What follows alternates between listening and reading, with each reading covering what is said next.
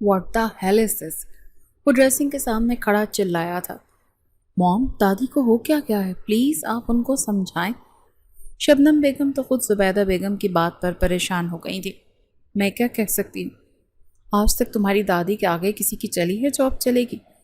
وہ بس ایک ہی ضد پر اٹکی ہیں کہ تمہاری رخصتی ابھی ہوگی، کیونکہ وہ چاہتی ہیں کہ وہ مرنے سے پہلے اپنے پڑپوتے پوتیوں کا چہرہ دیکھ لیں. مام، میں کسی صورت رخصتی نہیں لوں گا. وہ شیروانی کے بٹن کھولتا آگ بگولا ہو گیا تھا. دادی اس 13 سالہ بچی سے بچے چاہتی ہیں؟ تم خود کیوں نہیں بات کر لیتے اپنی دادی سے؟ شبنم بیگم کے ہاتھ سے اب سب کچھ نکل چکا تھا، اسی لیے انہوں نے شازم کو خود بات کرنے کا کہا تھا. میں اس پر یہ ظلم نہیں ہونے دوں گا. آپ لوگوں نے میرا زبردستی نکاح کروایا. میں خاموش رہا، لیکن اب اگر کسی نے بھی میرے ساتھ کسی بھی قسم کی کوئی بھی زبردستی کرنے کی کوشش کی تو یاد رکھیے گا، میں یہ گھر چھوڑ کر چلا جاؤں گا اور آپ لوگ میرا چہرہ دیکھنے کے لیے ترس جائیں گے. وہ ٹی وی لاؤنج میں کھڑا زبیدہ بیگم سے باز پرس کر رہا تھا. اے چھورے، اس گھر میں ہمیشہ میری چلی ہے، اب تو مجھے سکھائے گا کہ کیا بہتر ہے اور کیا نہیں. ارے غلط کیا کہہ رہی ہوں میں؟ خیر سے نکاح ہو گیا، اب رخصتی میں کیا حرج ہے؟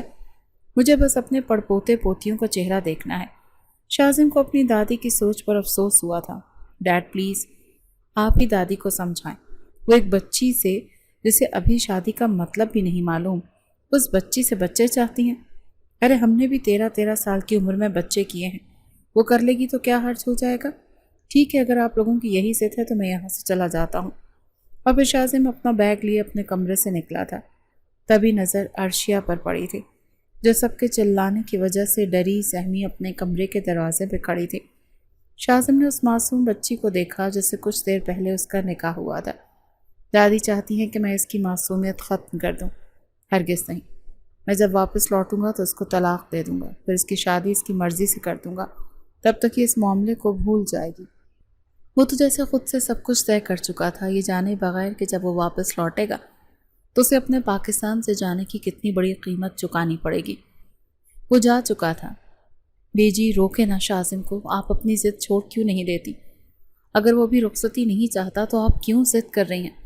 اگر آپ اپنی ضد چھوڑ دیں گی تو میرا بیٹا میری نظروں کے سامنے رہے گا. بیجی، میں آپ کے آگے ہاتھ جوڑ رہی ہوں، خدا کے لیے مجھ پر ترس کھائیں. آپ ایک ماں ہوتے ہوئے اتنی سنگ دل کیسے ہو سکتی ہیں؟ آپ نے ہمیشہ میرے ساتھ زیادتیاں کی ہیں، میں نے ہمیشہ آپ کی زیادتیاں برداشت کی ہیں، لیکن اب یہ زیادتی برداشت نہیں کروں گی. اور ہمیشہ آپ نے اپنی ماں کے پیچھے میری خواہشات کو نظر انداز کیا ہے، اور آج آپ میرا بیٹا بھی مجھ سے چھین رہے ہیں. زبیدہ بیگم نے تو شبنم بیگم کو نظر انداز کر دیا تھا. تبھی شبنم بیگم نے شکوہ کنہ نگاہوں سے مظہر صاحب کی طرف دیکھا تھا، جنہوں نے اپنی نظریں چرائی تھیں. تبھی شبنم بیگم دونوں پر قہر برساتی نگاہ ڈالتے اپنے کمرے میں بند ہو گئی تھی. شبنم بیگم نے مظہر صاحب کے ساتھ زندگی میں پہلی مرتبہ شکوہ کیا تھا.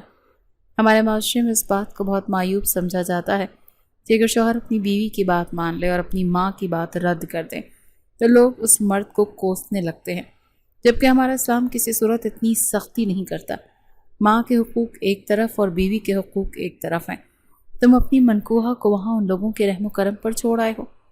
کیا مطلب ہے اس بات کا؟ وہ کوئی غیر تو نہیں، عرشیہ کے تایت آئی ہیں. ہاں، لیکن پھر بھی کیا تمہاری ماں کو اس سے کوئی مسئلہ نہیں ہوگا؟ موم کو بھلا اس بچی سے کیا مسئلہ ہوگا؟ ارے یار، تو سمجھ کیوں نہیں رہا؟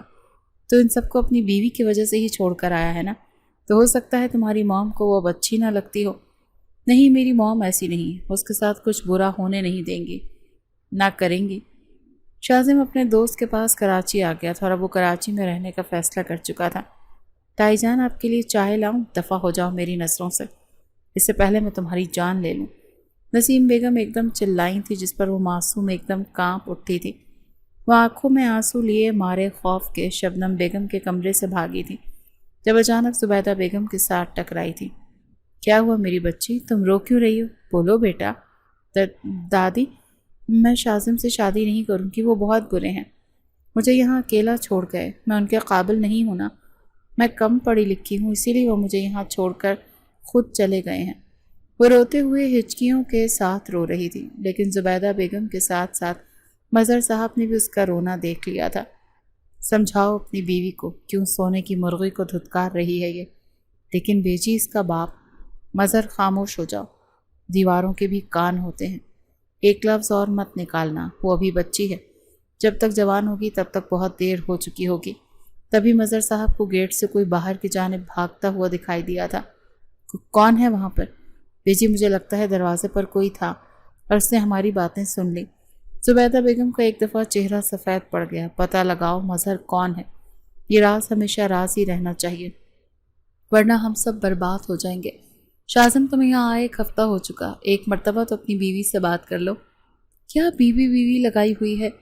نہیں ہے وہ میری بیوی۔ شاذم کو نہ جانے عرشیہ کے ذکر پر غصہ کیوں آ گیا تھا، تبھی اس نے اپنے اتنے بہترین دوست اشر کی بات پر اسے جھڑک دیا تھا۔ وہ ساری رات سو نہیں پایا تھا۔ وہ 2 نیلی آنسوؤں سے بھری آنکھیں بار بار اس کی نگاہوں کے سامنے لہرا رہی تھی۔ وہ بیزار ہوتا ہوا اپنے بستر سے اٹھ بیٹھا تھا۔ کیوں یاد آ رہی ہو اتنا مجھے؟ آخر رشتہ کیا ہے میرا تم سے؟ تبھی دل کے کسی کونے سے کوئی بھولی بسری آواز آئی تھی۔ بیوی ہے وہ تمہاری ذمہ داری۔ اپنی عزت کو ایسے ہی کہیں پر بھی چھوڑ آئے ہو۔ ضمیر مر گیا ہے کہ تمہارا؟ وہ میرے گھر والے ہیں، بھلا عرشیہ کے ساتھ ان کی کیا ہی دشمنی؟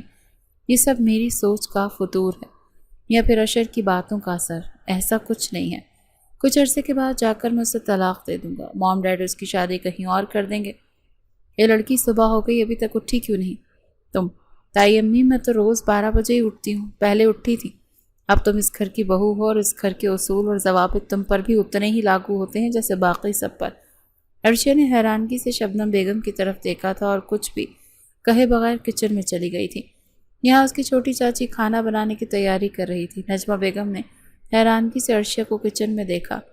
تم یہاں پر کیا کر رہی ہو؟ جاؤ بیٹا کمرے میں جا کر آرام کرو۔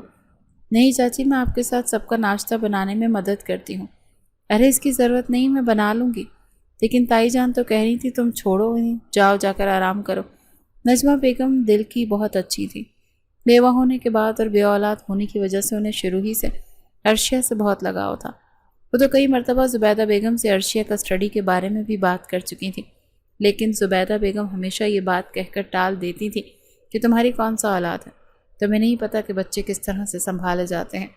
زبیدہ بیگم عورتوں میں شامل تھیں جو خود کو بالکل ٹھیک اور دوسروں کو ہمیشہ غلط سمجھتی تھیں۔ چچی جان تائی جان کو معلوم ہوا تو وہ مجھ سے بہت خفا ہوں گی۔ تم فکر مت کرو، میں تمہاری ساس کو کہہ دوں گی۔ ساس کا ذکر نجمہ بیگم نے کچھ شرارتی انداز میں کیا تھا، لیکن عرشیہ کا دھیان تو ابھی بھی شبنم بیگم کے رویے پر اٹکا ہوا تھا۔ عرشیہ میں تم سے بات کر رہی ہوں۔ جی چچی جان۔ کہاں کھو گئی ہو؟ نہیں کچھ بھی نہیں، بس ایسے ہی۔ تو جاؤ پھر اور کمرے میں جا کر آرام کرو۔ ناشتے کی میز پر سب موجود تھے۔ نجمہ بیگم عرشیہ کو بھی بلا لائی تھی۔ آج کا سب کھانا عرشیہ نے بنایا ہے۔ مجھے تو یقین نہیں آ رہا کہ محض میرے بتانے پر عرشیہ نے اتنا اچھا اور اتنا لذیذ کھانا کیسے تیار کر لیا۔ بہت ذہین ہے ہماری بچی۔ نجمہ بیگم نے عرشیہ کی طرف دیکھتے ہوئے اس کی تعریف سب کے سامنے کی تھی۔ زبیدہ بیگم نے قہر برساتی نگاہ شبنم بیگم پر ڈالی تھی۔ یقیناً یہ سب شبنم نے کرنے کو کہا ہوگا۔ شبنم بیگم نظریں چرانے لگی تھیں۔ عرشیہ تمہیں یہ سب کام کرنے کی ضرورت نہیں، میں تمہارا کل ہی 9ویں جماعت میں داخلہ دلوا رہا ہوں، کل سے تم اسکول جاؤ گی۔ عرشیہ کو لگا کہ اس نے کچھ غلط سن لیا، کیونکہ اس کے خاندان میں بیٹیوں کو زیادہ پڑھنے لکھنے کو معیوب سمجھا جاتا تھا۔ مین کو یہی وجہ تھی کہ عرشیہ کو بھی زیادہ پڑھایا لکھایا نہیں جا رہا تھا۔ عرشیہ صرف 3 سال کی تھی جب اس کے والدین اس دنیا سے رخصت ہو گئے تھے۔ تب سے ہی وہ اپنی دادی کے پاس رہ رہی تھی۔ شاذم کو شروع ہی سے عرشیہ بہت معصوم لگا کرتی تھی۔ اس نے ہمیشہ عرشیہ کو اپنی بہن سمجھا تھا، لیکن وقت کا پہیہ اس کی زندگی کے ساتھ ایسا کھلواڑ کرے گا۔ شاذم تمہارے گھر والے اس رشتے کے لیے مان جائیں گے نا؟ ہاں ملیحہ کیوں نہیں، تم خوبصورت ہو، پڑھی لکھی ہو، پھر کیوں نہیں مانیں گے بھلا؟ شاذم اپنی یونیورسٹی فیلو کو پسند کرتا تھا اور اسی سے شادی کا خواہش مند بھی تھا۔ یونیورسٹی کا آخری سال چل رہا تھا اور اب آہستہ آہستہ ملیحہ کو فکر ستانے لگی تھی۔ ملیحہ میں ان لوگوں میں سے نہیں ہوں جو محبت کے دعوے تو بہت کرتے ہیں لیکن کچھ کر نہیں سکتے۔ تم فکر مت کرو، میں آج ہی موم سے بات کروں گا اور دیکھنا وہ اس رشتے کے لیے راضی بھی ہو جائیں گی۔ آئی ہوپ سو کہ تمہارے گھر والے مان جائیں گے۔ دیکھو ہماری فیملی میں کوئی اور لڑکی تو ہے نہیں جو میرے لیول کی ہو یا پھر میری ہم عمر ہو، تو بھلا میرے گھر والے میری شادی خاندان میں تو کر نہیں سکتے۔ تم اس بات کی فکر چھوڑ دو۔ شاذم آج بھی تمہارا ہے، یہ کل بھی تمہارا ہوگا اور یہ ہمیشہ تمہارا ہی رہے گا۔ چلو میں گھر چلتا ہوں، تم بھی اپنا خیال رکھنا۔ شازم ابھی یونیورسٹی کے گیٹ سے نکلنے لگا تھا جب اس کی کلائی ملیحہ کے ہاتھ میں آ گئی۔ شازم نے حیرانگی سے ملیحہ کی طرف دیکھا تھا اور انتظار کرنے لگا جیسے وہ ملیحہ کے بولنے کا منتظر تھا۔ میرا دل بہت گھبرا رہا ہے، ایسے لگ رہا ہے جیسے یہ ہاتھ ہمیشہ ہمیشہ کے لیے چھوٹ جائے گا اور تم مجھ سے بہت دور چلے جاؤ گے کیونکہ بیوقوفوں والی باتیں کر رہی ہو۔ اتنا وہم کیوں پال رہی ہو؟ ایسا کچھ نہیں ہوگا، کہہ رہا ہوں نا، بھروسہ رکھو مجھ پر۔ مجھ پر بھروسہ نہیں ہے تو کم از کم اپنی محبت پر تو بھروسہ رکھو۔ میں جہاں کہیں بھی رہوں گا میرے دل میں تمہارے علاوہ اور کوئی نہیں آ سکتا۔ اتنا کہہ کر شازم مسکراتے ہوئے گھر آ گیا تھا۔ وہ نہیں جانتا تھا کہ اس کے الفاظ اس پر ہی بھاری پڑ جائیں گے کیونکہ بہت جلد وہ اپنے الفاظ واپس لینے والا تھا۔ شازم، مجھے تم سے کچھ ضروری بات کرنی ہے، میرے کمرے میں آؤ۔ دادی، بات کرنا کیا ضروری ہے؟ ابھی میں بہت تھکا ہوا ہوں، کچھ دیر آرام کرنا چاہتا ہوں۔ بات زیادہ عام ہے اسی لیے خاموشی سے کمرے میں آؤ۔ زبیدہ بیگم کے حکم پر وہ نہ چاہتے ہوئے بھی ان کے کمرے میں چلا گیا۔ جی کہیں، کیا کہنا ہے؟ کچھ اکھڑے ہوئے لہجے میں بات کرتے ہوئے وہ زبیدہ بیگم کو بہت برا لگا تھا، لیکن فی الوقت اس کے ساتھ کسی قسم کا بیر ڈالنا زبیدہ بیگم کو ٹھیک نہیں لگا تھا، اسی لیے خاموشی سے اس کا رویہ، اس کا لہجہ برداشت کر گئی تھی۔ آپ بول بھی چکے ہیں، میں نے آپ کو کہا بھی ہے کہ میں تھکا ہوا ہوں، رک جاؤ، تحمل رکھو۔ تمہارے ماں باپ کو آ لینے دو، ان کے سامنے ہی بات کروں گی۔ کچھ دیر کے بعد شبنم بیگم اور مظہر صاحب کمرے میں داخل ہوئے تھے۔ جی بیجی، آپ نے خیریت سے ہمیں یاد کیا؟ ہاں مظہر، مجھے تم سے کچھ بات کرنی ہے۔ مظہر صاحب زبیدہ بیگم کے پاس بیڈ پر بیٹھ گئے تھے جبکہ شبنم بیگم اور شازم ہاتھ باندھے زبیدہ بیگم کے سر پر کھڑے تھے۔ دیکھو، انکار کی کسی قسم کی کوئی گنجائش نہیں ہے، اسی لیے میں پہلے ہی بتا رہی ہوں، جواب مجھے ہاں میں ہی چاہیے۔ تو پھر دادی، ہمیں بلانے کا کیا جواز بنتا تھا؟ کرنا تو آپ نے وہی تھا جو آپ کا دل چاہتا، تو میں بعد میں دیکھ لوں گی۔ زبیدہ بیگم نے شازم کو دیکھتے دل ہی دل میں سوچا تھا، مظہر میں چاہتی ہوں کہ اگلے ہفتے شازم اور عرشیہ کا نکاح ہو جائے۔ شازم نے بے یقینی سے زبیدہ بیگم کی طرف دیکھا۔ ایک منٹ، یہ آپ لوگ کیا کہہ رہے ہیں؟ کس قسم کی بیہودہ باتیں کر رہے ہیں؟ اور ڈیڈ، آپ خاموش کیوں ہیں؟ کچھ بول کیوں نہیں رہے؟ دادی، آپ نے تو قسم اٹھائی ہے ہر دوسرے بندے کے دل تک جلا کر رکھ دینا۔ ارے کسی کو تو بخش دیں، میں کسی صورت عرشیہ سے شادی نہیں کروں گا، کیونکہ میں ابھی شازم کے الفاظ اس کے منہ میں ہی تھے جب عرشیہ دروازہ کھٹکھٹاتے کمرے میں داخل ہوئی۔ شازم نے عجیب نگاہوں سے عرشیہ کی طرف دیکھا۔ وہ چائے کا کپ زبیدہ بیگم کے آگے رکھتی ہوئی شازم کی طرف موڑی تھی۔ شازم بھائی، آپ دادی سے بات کریں نا، میں آگے پڑھنا چاہتی ہوں، 9th کلاس میں ایڈمیشن لینا چاہتی ہوں، لیکن دادی منع کر رہی ہیں۔ اے لڑکی، بالکل خاموش، تمہیں نظر نہیں آ رہا یہاں پر بڑے بات کر رہے ہیں؟ زبیدہ بیگم کے جھڑکنے پر وہ ایک دم کانپ اٹھی تھی۔ زبیدہ بیگم کی نہ صرف طبیعت سخت تھی بلکہ ان کا دل بھی پتھر کا تھا۔ اور یہ کہ تو نے بھائی بھائی لگا رکھا ہے؟ تایا چچا کے بیٹے بھائی نہیں ہوتے۔ اور پڑھ لیا تو نے جتنا پڑھنا تھا، اگلے ہفتے تیرا نکاح ہے، اب سکون سے گھر میں بیٹھ۔ عرشیہ کو لگا کہ اس نے کچھ غلط سن لیا ہے۔ نکاح؟ میرا نکاح؟ شازم نے اپنی آنکھیں زور سے بند کی تھی۔ دل ہی دل میں دعا کرنے لگا کہ زبیدہ بیگم عرشیہ کے سامنے عرشیہ اور شازم کے نکاح کی بات نہ کر دیں۔ عرشیہ، تم اپنے کمرے میں جاؤ، میں تم سے بعد میں بات کرتا ہوں۔ عرشیہ وہاں سے بھاگ کر اپنے کمرے میں آ گئی تھی۔ مام اور ڈیڈ، دادی، آپ لوگ ایک بات جان لیں کہ میں کسی بھی صورت عرشیہ سے شادی نہیں کروں گا، اور اگر کسی نے میرے ساتھ زبردستی کرنے کی کوشش کی تو میں یہ گھر چھوڑ کر ہمیشہ ہمیشہ کے لیے یہاں سے چلا جاؤں گا۔ اتنا کہہ کر وہ سب کی طرف ایک آخری قہر برساتی نگاہ ڈال کر کمرے سے جانے لگا۔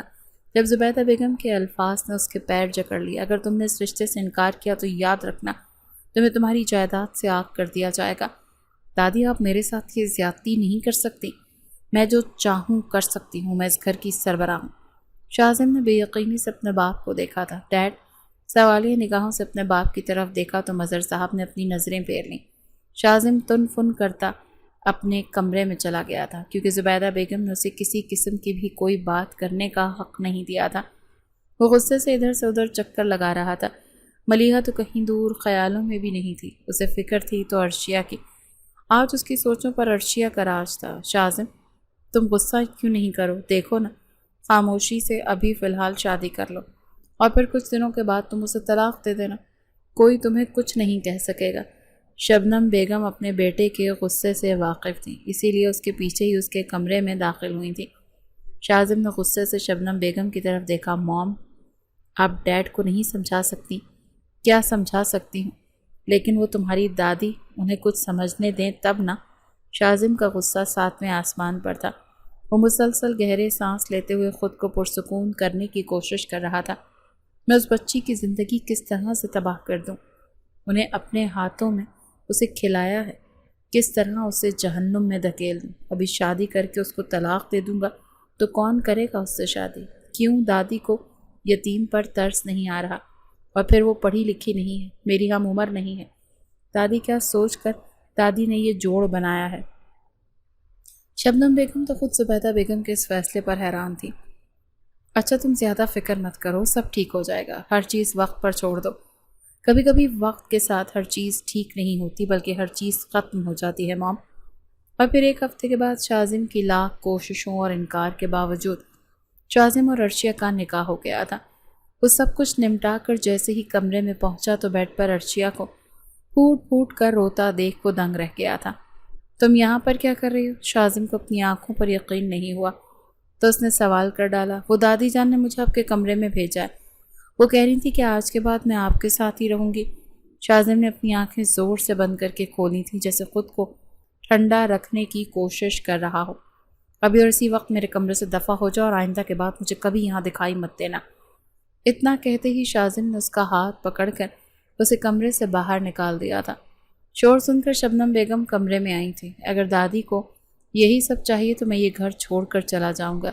اتنا کہتے وہ تو گھر سے چلا گیا، لیکن پیچھے عرشیہ کے لیے بے تحاشا مصیبتوں کا پنڈورا کھول گیا تھا۔ میں تمہارا داخلہ کروا رہا ہوں 9ویں جماعت میں۔ عرشیہ کل سے اسکول جائے گی، کوئی آگے پڑھائی نہیں کرے گا۔ میز پر بیٹھے شبنم بیگم کی آواز گونجی تھی۔ یہ بھی اس گھر کی بہو ہے، اس حساب سے اسے گھر کے سارے کام کرنے ہوں گے جیسے ہم نے ساری زندگی کیے ہیں۔ نجمہ بیگم نے شبنم بیگم کی طرف افسوس بھری نگاہوں سے دیکھا تھا۔ وہ خود پر ہوئے ظلم کا بدلہ عرشیہ سے لے رہی تھی۔ لیکن بھابھی جان، عرشیہ بھی بچی ہے، وہ گھر کے سارے کام کس طرح سے کر سکتی ہے؟ تمہیں اس پر اتنا ترس کیوں آ رہا ہے؟ تمہاری اولاد تو نہیں ہے نا؟ وہ نجمہ بیگم نے افسوس سے نام میں سر ہلایا۔ ان کی آنکھیں نم ہوئیں۔ انہیں یقین نہیں آ رہا تھا کہ شادی کے اتنے سال گزر جانے کے باوجود ابھی بھی ان پر طنز کیے جا رہے تھے، بے اولادی کا طعنہ دیا جا رہا تھا، جس کی شادی کے چند سال بعد ہی ان کے شوہر اس دنیا سے رخصت ہو گئے تھے۔ نجمہ بیگم نم آنکھوں سے کچن میں چلی گئیں۔ دادی جان، میں ابھی آگے پڑھنا چاہتی ہوں، کوئی ضرورت نہیں ہے آگے پڑھنے کی، اتنے پیسے نہیں ہیں کہ تم بیٹیوں پر اڑائے جائیں۔ دادی جان، اگر میں پڑھ لکھ جاؤں گی تو آپ کا نام روشن کروں گی۔ ہاں، جیسے بس تم ہی اس گھر میں رہ گئی ہو میرا نام روشن کرنے والی۔ میرا نام تو وہ روشن کرے گا نا، میرا گبرو جوان، میرا شاذم۔ عرشیہ کی آنکھوں میں آنسو آ گئے تھے۔ زبیدہ بیگم ہمیشہ سے بیٹیوں سے نفرت کرتی تھی۔ شبنم بالکل ٹھیک کہہ رہی تھی، گھرداری سیکھو، اب تم اس گھر کی بہو ہو۔ لیکن دادی، تایا جان، آپ ہی دادی کو سمجھائیں نا۔ اس نے بہت منت سماجت کے ساتھ مظہر صاحب سے بات کی تھی۔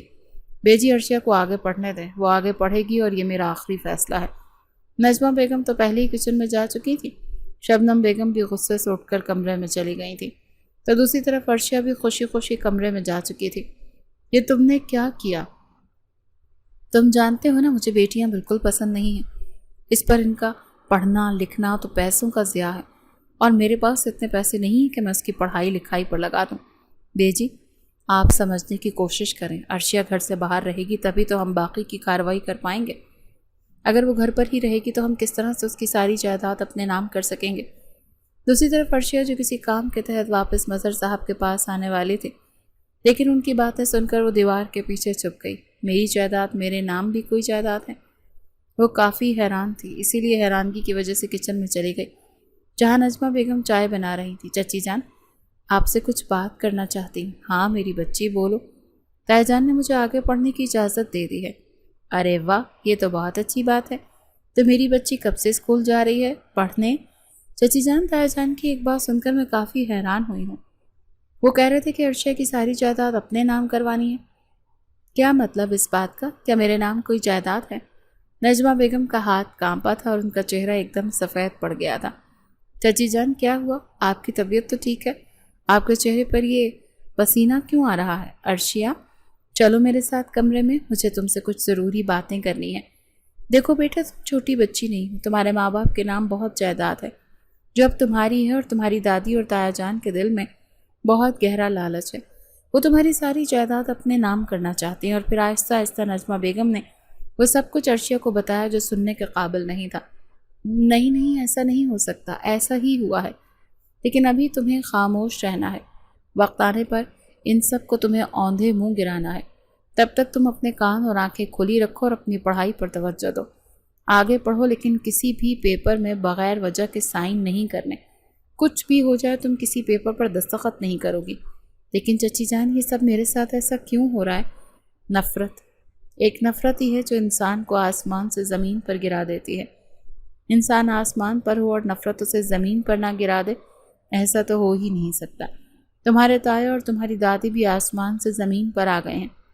تمہاری دادی کو بیٹیاں بالکل پسند نہیں، وہ بیٹیوں سے سخت نفرت کرتی ہیں۔ ان کا ماننا ہے کہ بیٹیاں بوجھ ہوتی ہیں، پہلے انہیں پیدا کرو، پھر انہیں پالو پوسو اور پھر دوسروں کے حوالے کر دو۔ لیکن وہ یہ نہیں جانتی کہ وہ بھی کسی کی بیٹی تھی۔ انہوں نے بھی ایک بیٹی بن کر، ایک بہو بن کر، ایک بیوی بن کر اور ایک ماں بن کر زندگی گزاری ہے۔ وہ اپنا وقت بھول گئی ہیں، نہ جانے کیوں ان کے دل میں بیٹیوں کے لیے اتنی سخت نفرت ہے۔ لیکن تمہیں گھبرانا نہیں ہے، میں تمہارے ساتھ ہوں۔ جب تک زندہ تمہارا ساتھ کبھی نہیں چھوڑوں گی۔ تم میری بیٹی ہو۔ اگر آج میرا کوئی بیٹا ہوتا نا تو عرشیہ آج تم میری بہو ہوتی۔ تمہاری دادی جان ہمیشہ سے بیٹوں سے محبت کرتی تھی، اور وہ بیٹا جو ان کی فرما برداری کرے، بس یہی فرق ہے۔ تمہارے ابا نے اور ان کی فرما برداری نہیں کی، بلکہ انہوں نے انصاف کیا اپنی بیوی اور اپنی ماں کے درمیان میں، اور انہیں اتنی بڑی سزا مل گئی۔ لیکن تم یہ راز ہمیشہ راز رکھنا، کبھی کسی کو مت بتانا۔ میں نے بھی کچھ دن پہلے ہی یہ باتیں سنی ہیں۔ شکر خدا کا کہ کسی نے مجھے پہچانا نہیں۔ اس روز اگر میں نہ بھاگتی تو شاید آج میں بھی زندہ نہ بچتی۔ چچی جان، ہم لوگوں کی جان کو خطرہ ہے اس گھر میں۔ ہم یہاں پر کیسے رہ سکتے ہیں؟ یہ تو ایک جہنم ہے میری بچی۔ ہمیں یہیں پر ہی رہنا ہے، یہاں پر ہی زندگی گزارنی ہے، کیونکہ ہم دونوں کا اس دنیا میں اس گھر کے علاوہ اور کوئی نہیں ہے۔ اور تم بھلا کیوں پریشان ہو رہی ہو؟ یہ گھر تو تمہارا ہے، تم اس گھر کی مالکن ہو۔ بس وقت آنے پر اپنا آپ دکھانا ہے۔ چچی جان، مجھے تو بہت ڈر لگ رہا ہے۔ نہیں میری بچی، ڈرنے کی کوئی بات نہیں ہے، بس خود کو مضبوط رکھو۔ اور پھر وقت آہستہ آہستہ گزرتا گیا۔ عرشیہ اپنے امتحان میں کامیاب ہوتی گئی اور یونیورسٹی تک پہنچ گئی۔ اب وہ بچی نہیں رہی تھی، بلکہ نوجوان خوبصورت دوشیزہ بن چکی تھی، جو کسی بھی لڑکے کو اپنی طرف مائل کرنے کا ہنر رکھتی تھی۔ سب کھانے کی میز پر موجود تھے، تبھی وہ دروازے سے اندر داخل ہوا۔ شاذم میرا بچہ، اتنے سالوں کے بعد تم واپس لوٹے ہو۔ شبنم بیگم بھاگتی ہوئی شاذم کے پاس پہنچی تھی، اسے اپنے گلے لگایا، چومنے لگی۔ کتنے کمزور ہو گئے ہو، بیٹھو کھانا کھاؤ۔ پہلے میں کچھ نہیں سنوں گی، کوئی بات نہیں کروں گی تم۔ وہ اپنے آنسو صاف کرتی اپنے بیٹے کو اپنے پاس بٹھا کر ایک ایک نوالا اس کے منہ میں ڈال رہی تھی۔ شاذم بھی خاموشی سے سب کو دیکھ رہا تھا۔ سب کے چہروں پر خوشی کی ایک الگ ہی رمق تھی۔ کیا وہ اتنا خاص تھا؟ وہ دل ہی دل میں سوچنے لگا۔ اب اس کی نگاہیں کسی کو تلاش کر رہی تھی، لیکن وہ تو کہیں دکھائی نہیں دے رہی تھی۔ زبان سے کیسے نکالتا؟ تو پھر اکڑ ٹوٹ ہی گئی۔ واپس تم زبیدہ بیگم کے الفاظ پر شبنم بیگم غصے میں آ گئی تھی۔ بیجی، اب اگر میرا بیٹا آپ کی وجہ سے یہ گھر چھوڑ کر گیا تو یاد رکھیے گا میں بھی اس گھر میں نہیں رہوں گی، اور اگر میں نہیں رہوں گی تو آپ کا بیٹا بھی اس گھر میں نہیں رہے گا۔ اسی لیے بہتر ہے کہ آپ خاموش رہیں۔ زبیدہ بیگم ایک دم گھبرا گئی تھی، کیونکہ آج سے پہلے انہوں نے شبنم بیگم کو اتنا غصے میں نہیں دیکھا تھا۔ مجھے بھی کوئی شوق نہیں اپنے گھر میں آنے کا، میں بھی آپ لوگوں سے کچھ بات کرنے آیا ہوں۔ کیا بات کرنے آیا ہوں؟ اگر بات ہی کرنی تھی تو فون پر کر سکتے تھے، یہاں آنے کی کیا ضرورت تھی؟ بیجی بس بہت ہو گیا، اب آپ اپنی ماں کو اپنی زبان میں سمجھائیں گی یا میں سمجھاؤں؟ شبنم، اپنے آپ پر قابو رکھو، بولو شاذم کیا کہنا چاہتے ہو؟ شاذم نے گہرا سانس لیا۔ یہاں پر کچھ نہیں بدلا تھا، آج بھی سب کچھ ویسا ہی تھا۔ بیٹیوں کو کوڑا کھڑے کر سمجھا جاتا تھا، بہو کو بھی نوکرانیاں۔ میں نے دوسری شادی کا فیصلہ کیا ہے دادی۔ شاذم آفندی کے سخت الفاظ دادی پر گراں گزرے تھے۔ اور عرشیہ کا کیا؟ وہ جو سالوں سے تمہارے نام پر بیٹھی، اس جاہل گنوار کو اپنے نام سے آزاد کرنے کے لیے آیا ہوں۔ اس بار بہت سے زیادہ تلخ ہو رہا تھا۔ دادی نے دکھ سے اس کو دیکھا کہ اسی لمحے گیند کھڑکی کا کانچ توڑتی اندر آئی اور کم عمر لڑکی بھاگتے ہوئے اندر آئی۔ سوری دادی، پکا قسم کھا کر کہتی ہوں یہ اس شیبی کے بچے نے کیا ہے، میں تو فیلڈنگ کر رہی تھی۔ وہ دوشیزہ اچانک بولتے بولتے رکے، پھر شاذم کے ہاتھ میں ٹوٹا ہوا کانچ دیکھا۔ Oh my God sir, are you all right? سارے کپڑے خراب کر دیا. I'll clean up all. شستہ لہجے میں انگریزی بولتی وہ حسینہ شاذم کو دنگ رہ جانے پر مجبور کر گئی تھی. میں دوسری شادی کر رہا ہوں. ایک لمحے کو وقت ٹھہر گیا لیکن نہ کوئی طوفان آیا، نہ زمین پھٹی، نہ آسمان گرا. اس نے دل پر پتھر رکھ کر اس کی بات سنی اور پھر مسکراتے ہوئے سوالیہ نگاہوں سے شاذم آفندی کی طرف دیکھا. عرشیہ کی آنکھیں بار بار نم ہو رہی تھیں لیکن وہ ضرورت سے زیادہ پلکیں جھپک کر آنسو گرنے سے روک رہی تھی. شاید یہ اس کی صبر کی آخری حد تھی. وہ بھی اسی بے نام رشتے کو نبھا کر تھک گئی تھی. وہ بھی اب سکون چاہتی تھی، زندگی اچھے سے گزارنا چاہتی تھی. کمرے سے باہر کھڑی شبنم بیگم کے چہرے پر شیطانی مسکراہٹ آئی جسے وہ اپنے مقصد میں کامیاب ہو گئی تھی. میں تمہیں جلد طلاق دے دوں گا. ٹھیک ہے. عرشیہ کے 2 حرفی جواب نے شاذم آفندی کو بے چین کر دیا تھا. تمہیں اس بات سے فرق نہیں پڑ رہا کہ میں تمہیں طلاق دینے والا ہوں؟ عرشیہ نے نم آنکھوں سے شاذم کی طرف مسکرا کر دیکھا. جب آپ فیصلہ کر ہی چکے ہیں کہ آپ کو کیا کرنا ہے تو پیچھے کیا وجہ بچتی ہے؟ میں آپ کو چاہ کر بھی نہیں روک سکتی. شاذم کے چہرے پر گہری مسکراہٹ آئی. مطلب تم چاہتی ہو کہ میں تمہیں نہ چھوڑوں؟ کون لڑکی چاہتی ہے کہ اس کا گھر خراب ہو؟ لیکن اس میں آپ کا بھی قصور نہیں کیونکہ دادی نے آپ کے ساتھ بھی زیادتی کی تھی. خیر میرا ایک یونیورسٹی فیلو ہے، وہ کافی عرصے سے مجھے پسند کرتا ہے. آپ طلاق دے دیں گے تو اس کا بھی بھلا ہو جائے گا. زندگی تو گزارنی ہے پھر اس کے ساتھ ہی صحیح. یہ بات سننا تھی کہ شاذم کے چہرے کا رنگ سفید پڑ گیا تھا. پھر حیرانگی اور بے یقینی تک اور بے یقینی نے غصے تک کا سفر کیا تھا. یہ تم کیا کہہ رہی؟ تم میرے نکاح میں ہو. کہ تمہیں اس بات سے کوئی فرق نہیں کہ تم میرے نکاح میں ہونے کے باوجود اس طرح کی حرکت کیسے کر سکتی ہو؟ آپ بھی تو مجھ سے نکاح کر چکے ہیں. پھر آپ کا دوبارہ شادی کرنے کا کچھ سمجھ نہیں آ رہا. مجھ سے توقعات اور خود کے لیے اصول اور ہیں آپ کے. شاذم آپ کی زندگی آپ اپنے مطابق گزاریں، مجھے میرے مطابق زندگی جینے دیں. یہ شادی آپ کے لیے بہت بڑی مصیبت بن گئی ہے نا؟ تو کوئی بات نہیں، ہم اس مصیبت کو ہمیشہ ہمیشہ کے لیے جڑ سے اکھاڑ دیتے ہیں. شاذم ایک دم غصے میں آتے ہوئے عرشیہ کا بازو تھام چکا تھا. سمجھتی کیا ہو خود کو؟ جو دل میں آئے گا وہ کرو گی. مسٹر شاہزین ابھی تو میں نے کچھ کیا ہی نہیں اور آپ پہلے ہی غصہ ہو رہے ہیں. کیا ہو گیا؟ یہاں پر کس بات کا اتنا شور مچا ہوا ہے؟ تم دونوں نے زبیدہ بیگم کچھ غصے تھے بولتے ہوئے ان کے کمرے میں داخل ہوئی. کچھ نہیں دادی، آپ کے پوتے کو دوسری شادی کرنی ہے اور میں اجازت دے رہی ہوں. بس اس بات پر خفا ہو رہے ہیں. مجھے تو سمجھ نہیں آ رہی لیکن یہ چاہ کیا رہے ہیں؟ آپ ہی پوچھ لیں. اجازت بھی چاہیے تھی اور اب غصہ بھی کر رہے ہیں. کیا بات ہے شاذین؟ کیا کہہ رہی ہے بچی؟ عرشیہ نے مضبوط نگاہوں سے شاذم کی طرف دیکھا جیسے اسے واقعی اس بات سے کوئی فرق ہی نہیں پڑتا تھا. البتہ شاذم اپنا ارادہ بدل چکا تھا. 1 ہفتہ ہے آپ لوگوں کے پاس، رخصتی کی تیاری کریں. مجھے 1 ہفتے کے اندر اندر رخصتی چاہیے.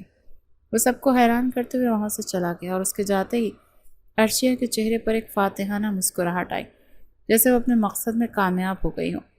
وہ اتنا کہہ کر کمرے میں آ گیا تھا تبھی اس کے فون پر ملیحہ کا فون آنے لگا. ایک تو اس لڑکی نے میرا جینا مشکل کر دیا ہے، نہ جانے کیا مسئلہ ہے اس کے ساتھ. فون غصے سے اٹھاتے ہوئے اس نے کان سے لگایا تھا. چاہتی کیا ہو؟ کتنی مرتبہ سمجھاؤں کہ میں کر لوں گا بات، اور اگر تمہیں اتنی ہی جلدی ہے تو اپنے ماں باپ سے کہو تمہاری شادی کہیں پر بھی کر دیں. شاذم یہ کس لہجے میں تم مجھ سے بات کر رہے ہو؟ تو اور کیا کروں یار؟ گھر جب سے آیا ہوں ہر طرف پریشانی ہی پریشانی ہے، اور ایک تم ہے، تمہیں تو میرا ساتھ دینا چاہیے. کس بات کا ساتھ دوں میں تمہارا؟ ایک تو تم نے نکاح کر رکھا، اپنے گھر والوں کو منانا کتنا مشکل ہے میرے لیے کہ ایک شادی شدہ آدمی سے مجھے شادی کرنی ہے. کیا سوچیں گے لوگ؟ میرا بھی رشتہ دار، معاشرے میں ہماری بھی کوئی عزت ہے، ہم نے بھی سب کو جواب دینا ہے. مشکلات تو میرے لیے بھی ہیں. تمہیں کس بات کی مشکل ہے؟ پڑھی لکھی خوبصورت لڑکی مل رہی ہے، اس پر کنواری، تو تمہیں کس بات کا مسئلہ ہے جو تم سے حل نہیں ہو رہا؟ بس ملیحہ، میں نے تمہیں اتنا بولنے کی اجازت نہیں دی، اسی لیے بہتر ہے کہ خاموش رہو. اور ہاں، رہی بات تم سے شادی کی تو میں اب واقعی تمہارے قابل نہیں رہا، اسی لیے اب سے تم مجھ سے کوئی کانٹیکٹ نہ رکھنا. بہتر ہے تمہارے حق میں بھی اور تمہارے گھر والوں کے حق میں بھی. اس کے لیے کوئی کمارا اور اچھا داماد تلاش کرو. اتنا کہتے شاذم نے اپنا فون بند کر دیا اور ہاتھوں میں سر گرا لیا. عرشیہ اب تمہاری خیر نہیں، اب تمہیں اس کا خمیازہ بھگتنا پڑے گا. میں تمہیں ایسے ہی نہیں چھوڑنے دوں گا. زبیدہ بیگم نے بڑی گہری نگاہوں سے عرشیہ کو دیکھا تھا. عرشیہ کی نگاہ زبیدہ بیگم پر پڑی تو اس کے چہرے پر مسکراہٹ کی جگہ سنجیدگی نے لے لی. اب ایسے کیا دیکھ رہی ہیں؟ اللہ کا شکر پڑھی لکھی ہوں. اور پھر آپ کی پوتی ہوں تو کچھ تو اثر پڑنا تھا نا آپ کا مجھ پر، کہ نہیں؟ وہ ایک آنکھ ونک کرتے ہاتھ باندھے بڑے ایٹیٹیوڈ سے زبیدہ بیگم سے بات کر رہی تھی۔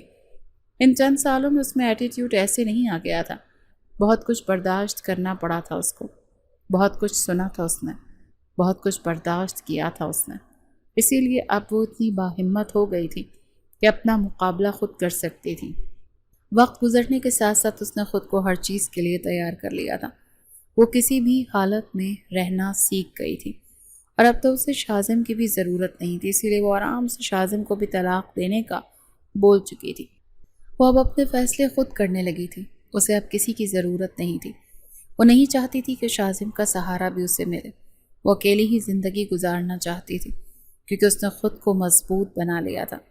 کہاں جا رہی ہو؟ وہ جب اپنی یونیورسٹی کے لیے نکل رہی تھی، شاذم کی آواز پر ایک دم چونک اٹھی تھی۔ یونیورسٹی جا رہی ہوں؟ کیوں، کوئی کام ہے کیا؟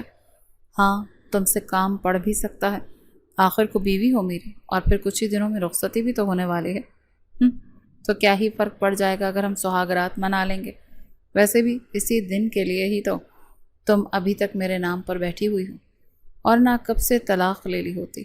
وہ عرشیہ کی توہین کر رہا تھا، اس کے جذبات کو ٹھیس پہنچا رہا تھا۔ تمہیں کیا لگتا ہے میں تمہارے لیے مری جا رہی ہوں مسٹر شاذم؟ غلط فہمی ہے آپ کی، یا پھر یہ کہنا ہوگا کہ خوش فہمی ہے آپ کی۔ مجھے نہ تو آپ کی ضرورت ہے نہ ہی آپ کے نام کی، یہ تو میں دادی کی وجہ سے اب تک چپ بیٹھی تھی، ورنہ کب سے خلا لے لی ہوتی۔ دور ہونا چاہتی ہو تو ابھی طلاق لے لو، ابھی بھی کون سا وقت گزرا ہے؟ خیر وقت تو نہیں گزرا تو آپ دے دیں طلاق، مجھے کوئی اعتراض نہیں۔ وہ مسلسل شاذم کی غیرت کو للکار رہی تھی، اس کی انا کو چوٹ پہنچا رہی تھی۔ تو میں دوسروں کے لیے طلاق دے دوں؟ ہرگز نہیں، میں ایسا کبھی نہیں کروں گا، اور نہ ہی ایسا ہونے دوں گا۔ دیکھتا ہوں کون مجھے تم سے اور تمہیں مجھ سے دور کرتا ہے۔ رہی بات رخصتی کی تو تیار رہو، بہت جلد تمہیں رخصت کروا لوں گا۔ اور کیا ہی اب یونیورسٹی کے چونچلے جھیل رہی ہو؟ ایک ہفتے کے بعد تو تمہاری شادی ہے، شادی کی تیاری کرو۔ دراصل میرے پاس شادی کے علاوہ اور بہت سے ضروری کام ہیں جن کو میں نے ہی مکمل کرنا ہے۔ 1 مہینے بعد میرے امتحان ہے اور میرے پاس ان فضول کاموں کے لیے کوئی وقت نہیں ہے۔ اتنا کہہ کر عرشیہ رکی نہیں تھی بلکہ یونیورسٹی کے لیے چلی گئی تھی، اور پیچھے شاذم تن فن کرتا اپنے کمرے میں چلا گیا تھا۔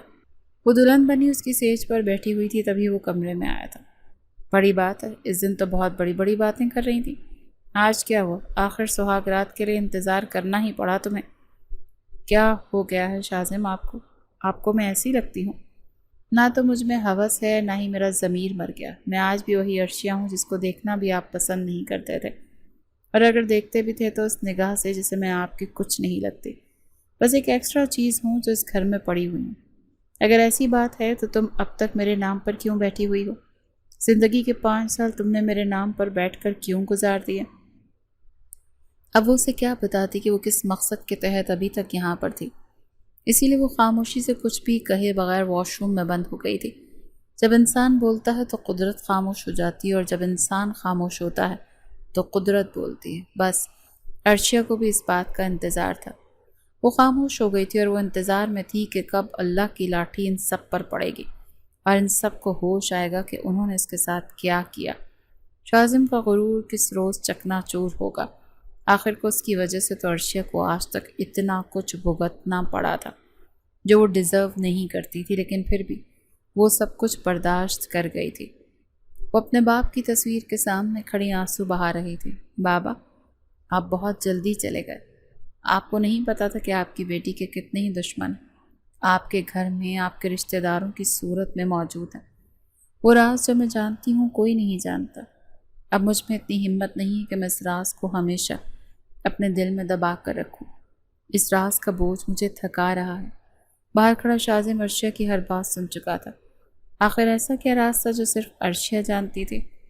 وہ جو عرشیہ کو شاپنگ کے لیے لے جانے آیا تھا، کیونکہ رخصتی سے پہلے اس نے عرشیہ کو کوئی شاپنگ نہیں کروائی تھی، لیکن شاذم اس کی باتیں سن کر وہیں دنگ رہ گیا تھا کہ ایسا کون سا راز تھا جو وہ نہیں جانتا تھا۔ تبھی وہ زبیدہ بیگم کے پاس گیا۔ کس راز کی بات کر رہے؟ وہی راز جو کو عرشیہ دل میں لیے بیٹھی ہے۔ زبیدہ بیگم کی نظریں چوریائی تھیں۔ میں کسی راز کے بارے میں نہیں جانتی۔ اب مجھے کیا پتا تم اس بارے میں بات کر رہے ہو؟ بیجی آپ سب جانتی ہیں، پتا کیوں نہیں دیتی میرے بیٹے کو؟ زبیدہ بیگم نے نجمہ بیگم کو گھور کر دیکھا اور اب نجمہ بیگم کی بھی ہمت جواب دے گئی تھی۔ مجھے کوئی کچھ بتا کیوں نہیں رہا؟ آخر ماجرا کیا ہے؟ میں تمہیں بتاتی، بلکہ تمہارے ماں باپ کے سامنے بتاؤں گی۔ زبیدہ بیگم نے حیرانگی سے نجمہ بیگم کی طرف دیکھا۔ کیا جانتی ہو تم؟ تم کچھ نہیں جانتی، میں سب جانتی ہوں، آپ لوگوں کو بھی اور آپ لوگوں کی لالچ کو بھی۔ شاہزم نے حیرانگی سے نجمہ بیگم کی طرف دیکھا تھا۔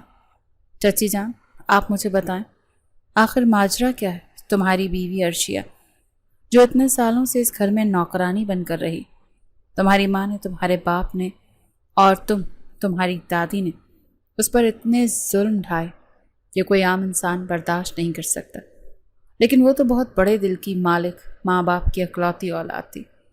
شاہزم حیرانگی سے نجمہ بیگم کو سن رہا تھا۔ تم جانتے ہو ہم جس گھر میں رہ رہے ہیں، اس کے علاوہ اور بہت سے گھر، بہت سی جائیداد، اور جس کمپنی کا مالک تمہارا باپ خود کہتا پھرتا ہے، پوچھو اپنے باپ سے، وہ کمپنی بھی عرشیہ کے باپ کی تھی۔ تمہارے باپ نے اور تمہاری دادی نے مل کر عرشیہ کے ماں باپ کی جان لے لی، ان کے کھانے میں کچھ ملایا جس سے وہ اپنی جان دے بیٹھے، صرف اس لالچ میں کہ ان کی ساری جائیداد زبیدہ بیگم اور مظہر صاحب اپنے نام کروا لیں گے۔ لیکن خوش قسمتی سے یہ باتیں میں نے سن لی، اور جب عرشیہ جو جوان ہوئی تو اسے سب کچھ بتا دیا۔ یہ جو اتنے سال تم نے اپنی پڑھائی پر پیسے خرچ کیے ہیں نا، وہ بھی عرشیہ کے باپ کے پیسے تھے۔ تمہاری ماں نے جانتے بوجھتے تمہارے جانے کے بعد عرشیہ پر ظلم کرنا شروع کر دیا۔ ہماری ساس نے جو ہم پر ظلم و ستم کیے، تمہاری ماں اس کا بدلہ عرشیہ سے لینا چاہتی تھی، کیونکہ تمہاری ماں ہمیشہ یہی سوچتی تھی کہ عرشیہ بھی اس گھر کی بہو ہے اور اس کے ساتھ بھی وہی سب کچھ ہوگا جو شبنم بیگم نے اپنے وقت میں برداشت کیا تھا۔ شاہزم سب کچھ سن رہا تھا۔ اسے یقین نہیں آ رہا تھا کہ جس کو کچھ سال پہلے یہ کہہ کر چھوڑ گیا تھا کہ وہ جاہل گوار ہے، آج نہ صرف وہ اتنی جائیداد کی مالک نکلی، بلکہ پڑھی لکھی اور امیر باپ کی اکلوتی بیٹی نکلی۔ اسے سمجھ نہیں آ رہا تھا کہ وہ عرشیہ کا سامنا کیسے کرے۔ یا آپ لوگوں نے اچھا نہیں کیا، میں اسے سب کچھ بتا دوں گا کہ اس کی ماں باپ کے قاتل اسی گھر میں ہیں، تم کچھ نہیں کر سکتے۔ نجمہ بیگم کی آواز پر شاہزم نے حیرانگی سے ان کی طرف دیکھا، کیونکہ وہ سب حقیقت جانتی ہے، اس کے باوجود یہاں پر رہ رہی ہے تمہاری بیوی بن کر تمہارے انتظار میں، اور اب جب رخصتی ہوئی تو تم نے بھی اس کے ساتھ ایسا ہی رویہ رکھا۔ میں پوچھتی ہوں کہ آخر اس بچی کا قصور کیا ہے؟ وہ خاموشی سے کمرے میں گیا، تبھی عرشیہ کو خود کی طرف مسکراتے ہوئے دیکھا تو شاہزم کو لگا کہ جیسے عرشیہ اس کا مذاق اڑا رہی ہے۔ تم نے اتنی بڑی حقیقت مجھ سے کیوں چھپائی؟ تبھی عرشیہ اٹھ کر اس کے سامنے گئی اور ہاتھ باندھ کر اس کو بغور دیکھنے لگی۔ جانتے ہو کیوں سننا چاہوں گا؟ اس لیے کیونکہ میں تمہارا غرور توڑنا چاہتی تھی، اس لیے کیونکہ میں تمہیں اور تمہارے گھر والوں کو تم لوگوں کی اصلیت دکھانا چاہتی تھی۔ دیکھو آج میں اپنے مقصد میں کامیاب ہو گئی ہوں۔ بہت ظلم کیا ہے تم لوگوں نے ہم پر۔ میں نے اپنے مرے باپ سے وعدہ کیا تھا کہ جس روز میں کامیاب ہو جاؤں گی نا، اس روز ان کی موت کا بدلہ لوں گی۔ یاد ہے مجھے وہ وقت جب میں کچن کے دروازے پر کھڑی اپنے ماں باپ کو تڑپتے ہوئے مرتا دیکھ رہی تھی، کوئی نہیں آگے بڑھا تھا، اور وہ نجمہ بیگم، وہ آگے بڑھی تھی، لیکن ان کو بھی یہ کہہ کر روک دیا گیا کہ اگر انہوں نے ہماری مدد کرنی چاہی تو انہیں بھی اس گھر سے نکال دیا جائے گا۔ وہ بیچاری بیوہ عورت کہاں جاتی؟ ارے تم لوگ کتنے جلاد ہو۔ میں نے سنا تھا کہ لوگ بہت برے ہوتے ہیں، لیکن اپنی آنکھوں سے دیکھنے کے بعد معلوم ہوا کہ ہاں، جو پورے لوگ ہوتے ہیں وہ یقیناً تم لوگوں جیسے ہی ہوتے ہوں گے۔ یاد ہے مجھے وہ جب میرے باپ نے تمہارے باپ کو اپنی جائیداد میں سے آدھا حصہ دینے سے انکار کر دیا تھا۔ سب جانتے ہو دادی نے کیا کہا تھا، تمہاری تو بیٹی ہے، پرایا دھن ہے، اب کیا پرایوں کو اپنا مال اور دولت دو گے؟ بیٹیاں کیا انسان نہیں ہوتی؟ یا بیٹیوں کے سینے میں دل نہیں ہوتا؟ یا انہیں جینے کا کوئی حق نہیں؟ یہ اچھا اصول ہے اس معاشرے کا۔ انہی بیٹیوں کو دھتکارتے ہیں جن سے بیٹے پیدا کرواتے ہیں، لیکن تم جیسے لوگ یہ بات بھول جاتے ہیں کہ ہم بیٹیاں ہیں، تم لوگوں کی نسلیں آگے بڑھاتی۔ دادی کو لگا کہ ایک بہو کی تو اولاد ہے نہیں، ایک نے بیٹی ہی پیدا کی، اور اب بیٹا تو ایک ہی ہے، وارث تو ایک ہی ہے اس گھر کا، یہی ہمیں آگے لے کر چلے گا۔ اسی لیے ایک بیٹا بھی ویسے ہی اللہ کو پیارا ہو گیا تو دوسرے کو ہم خود اللہ کے پاس بھیج دیتے ہیں، اور اس طرح ساری جائیداد اس وارث کو مل جائے گی۔ دادی کا ظلم صرف اتنا ہی نہیں تھا، جانتے ہو، جب میں پیدا ہونے والی تھی اور سب کو پتہ چلا تھا کہ اللہ نے بیٹی دینی ہے، تو دادی نے کئی مرتبہ اماں کے کھانے میں ایسی دوائی ملائی جس سے میں اس دنیا میں آ ہی نہ سکوں، اور یہ بات اماں اور ابا دونوں جانتے تھے، مگر پھر بھی خاموش رہے، کیونکہ وہ اپنی ماں کو بڑھاپے میں تکلیف نہیں پہنچانا چاہتے تھے۔ ماں باپ کی عزت فرض ہے، لیکن اگر وہ جان لینے پر آ جائیں تو ان کی عزت، ان کا احترام ایک طرف رہ جاتا ہے۔ شازم بے یقینی سے عرشیہ کو سن رہا تھا، لیکن عرشیہ کی آنکھیں خشک تھیں۔ آج وہ روئی نہیں تھی، اس کا لہجہ مضبوط تھا۔ آج وہ خود کو بہت ہلکا پھلکا محسوس کر رہی تھی۔ اگلے ہی روز وہ اپنا سب کچھ سمیٹ کر گھر سے جانے لگی تھی جب شازم نے اس کو روک لیا تھا۔ وہ ساری رات سو نہیں پایا تھا۔ عرشیہ سے اسے کب محبت ہو گئی اسے معلوم ہی نہ ہوا۔ تمہیں کہیں جانے کی ضرورت نہیں ہے، جائیں گے تو اس گھر سے ہم سب، لیکن آپ لوگ کہاں جاؤ گے؟ عرشیہ حیرانگی سے شازم کی طرف دیکھ رہی تھی۔ کہیں پر بھی جائیں گے، لیکن اب یہاں پر نہیں رہیں گے۔ اس جائیداد پر، ان سب چیزوں پر تمہارا حق ہے۔ مجھے افسوس ہو رہا ہے دادی پر کہ دادی خود ایک عورت ہو کر ایک عورت پر ظلم کرتی رہی۔ زبیدہ بیگم آج ویل چیئر پر تھیں، کاندھے جھکے ہوئے تھے اور چہرہ دکھ اور افسوس سے جھکا ہوا تھا۔ آپ نے اپنی بہو پر ظلم کیا، ان کی اولاد پر ظلم کیا، کیا آپ کو ترس نہیں آیا کسی پر بھی؟ شازم کو لگ رہا تھا کہ جیسے اس کا سر پھٹ جائے گا۔ آخر کیوں کیا آپ نے ایسا؟ میں آپ سے پوچھ رہا ہوں دادی۔ اور ڈیڈ، آپ تو میرے آئیڈیل تھے، لیکن اب مجھے افسوس ہو رہا ہے کہ میں آپ کا بیٹا ہوں۔ مجھے شرمندگی محسوس ہو رہی ہے آپ کا بیٹا ہونے پر۔ آپ کو اس بات کا خیال کیوں نہیں آیا کہ جب مجھے حقیقت کے بارے میں پتہ چلے گا تو مجھے کتنی تکلیف ہوگی؟ آپ لوگ اتنے پتھر دل ہو گئے کہ آپ لوگوں کو کسی کی جان لیتے ہوئے ذرا خدا کا خوف نہیں آیا؟ لیکن کوئی بات نہیں، اب میں انصاف کروں گا آپ لوگوں کے ساتھ۔ آپ نے 2 جانیں لی، 2 نہیں 3۔ شبنم بیگم کی آواز سب نے حیرانگی سے سنی۔ شبنم بیگم کی طرف 3؟ وہ کس طرح؟ مظہر صاحب تڑپتے ہوئے آگے بڑھے تھے۔ انہیں اب احساس جرم نے گھیر لیا تھا۔ اپنی ماں نے آپ کی آنے والی بیٹی کو بھی ختم کیا تھا۔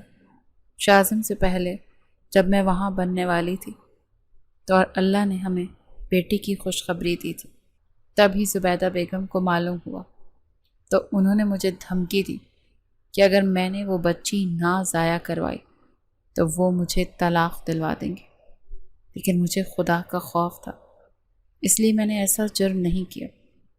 مگر جب میں نے زبیدہ بیگم کو انکار کیا کہ میں ایسا نہیں کروں گی تو انہوں نے میرے کمرے کے باہر تیل گرا دیا، جس پر میرا پیر پھسل کر میں سیڑھیوں سے گر پڑی اور میری بیٹی میرے وجود کے اندر ہی دفن ہو گئی۔ اماں، کیا شبنم ٹھیک کہہ رہی ہے؟ مجھ سے جھوٹ مت بولنا، مجھے سچ سچ بتاؤ۔ زبیدہ بیگم پھوٹ پھوٹ کر رونے لگی تھی۔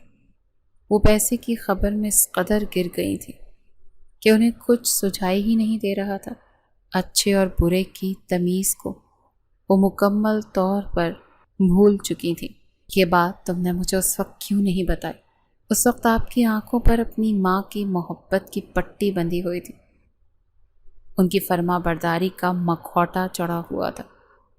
اس وقت میرے پاس کوئی ثبوت بھی نہیں تھا جس سے میں یہ ظاہر کر سکتی کہ آپ کی ماں میرے بچے کی قاتل۔ معلوم تو مجھے اس وقت ہوا جب زبیدہ بیگم کسی سے بات کر رہی تھی کہ انہوں نے میری بیٹی کو ختم کر دیا ہے۔ اس وقت مجھے اپنے کانوں پر یقین نہیں آیا تھا۔ تمہیں کیا لگتا ہے کہ اپنی اولاد کے معاملے میں تم پر یقین نہیں کرتا؟ مجھے کیا معلوم تھا؟ آپ نے آج تک میرا ساتھ نہیں دیا، ہمیشہ وہی کیا جو آپ کی ماں کہتی تھی۔ تو بھلا اس وقت آپ میری باتوں کا یقین کرتے ہیں؟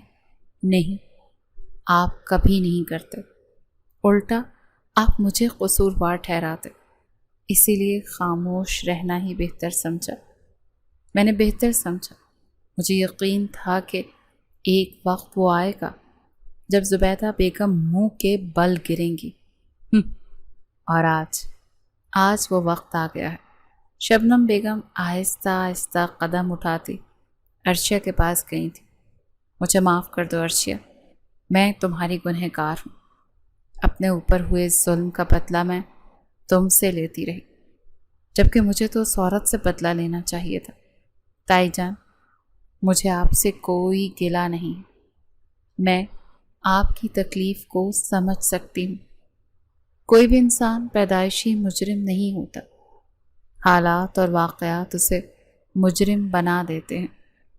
دادی کے ساتھ بھی یہی سے کچھ ہوا ہوگا، یہی وجہ ہے کہ ان کا دل اتنا پتھر کا ہو گیا، لیکن انہوں نے کتنے سکون سے اپنی ہی اولاد کی جان لے لی، اپنی ہی اولاد کی وہ دشمن بن گئی۔ زبیدہ بیگم ویل چیئر پر بیٹھی آنسو بہا رہی تھی۔ زندگی کے اس موڑ پر جہاں انہیں اپنی اولاد کی ضرورت تھی، آج ان کی اولاد ان سے منہ موڑ رہی تھی۔ مظہر صاحب کو 10 سال کی قید ہو چکی تھی۔ انہوں نے اپنا جرم پولیس کے پاس جا کر خود قبول کر لیا تھا، جبکہ عرشیہ تو انہیں معاف کر چکی تھی۔ کیسے ہیں؟ میں بالکل ٹھیک ہوں، تم کیسی ہو؟ بہت عرصے کے بعد ملی ہو؟ ہاں، بس یہاں سے گزر رہی تھی تو سوچا کہ میں آپ سے ملاقات کرتی جاؤں۔ بہت اچھا کیا، آؤ اندر آ جاؤ، اماں سے ملتی ہوئی جاؤ۔ نہیں، مجھے ابھی کسی سے نہیں ملنا، میں فی الحال مصروف ہوں، پھر کسی دن چکر لگاؤں گی۔ عرشیہ ایک طرف کہتی ہو کہ تم نے میری اماں کو معاف کر دیا، دوسری طرف ان سے ملتی بھی نہیں ہوں۔ مل لو گی تو انہیں سکون آ جائے گا، انہیں اچھا لگے گا۔ عرشیہ اپنی پڑھائی مکمل کر رہی تھی۔ اس نے فیصلہ کیا تھا کہ وہ جب تک اپنے پیروں پر کھڑی نہیں ہو جاتی تب تک وہ شاذم کے ساتھ نہیں رہے گی۔ شاذم کو بھی اس بات سے کوئی اعتراض نہیں تھا۔ شاذم اپنی ماں کو لے کر الگ گھر میں رہنے لگا تھا، تو دوسری طرف عرشیہ اور نجمہ بیگم ایک گھر میں رہتے تھے۔ زبیدہ بیگم بالکل چارپائی پر آ گئی تھیں۔ وہ خود سے نہ اٹھ سکتی تھیں نہ بیٹھ سکتی تھیں۔ نجمہ بیگم نے ان کی خدمت کی ذمہ داری لی ہوئی تھی۔ رات کا آخری پہر تھا۔ عرشیہ اپنے کمرے میں سو رہی تھی، تبھی شاذم کمرے میں آیا۔ عرشیہ کو اپنے ساتھ کسی وجود کا احساس ہوا تو وہ ایک دم سے اٹھ بیٹھی تھی، لیکن کسی نے اسے مضبوطی سے تھام رکھا تھا۔ کون ہے؟ چھوڑو مجھے۔ کچھ دیر کے لیے خاموشی سے لیٹی رہو، کچھ دیر بعد چلا جاؤں گا۔ شاذم کی آواز سن کر وہ بے یقینی سے شاذم کو دیکھنے لگی تھی۔ شاذم، آپ یہاں پر کیا کر رہے ہیں؟